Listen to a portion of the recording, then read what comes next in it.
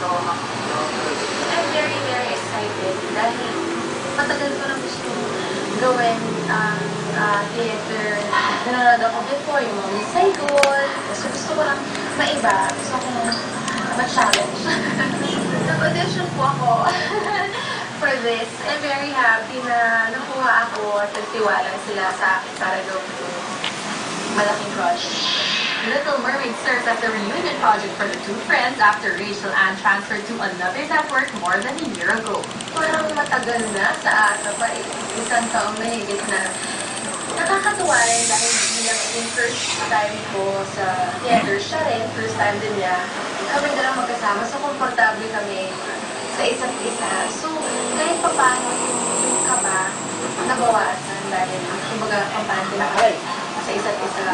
Ngayon, inaaral na namin. Kasi gusto namin ni Eric Santos, pag-rehearsal, wala namin na ako script.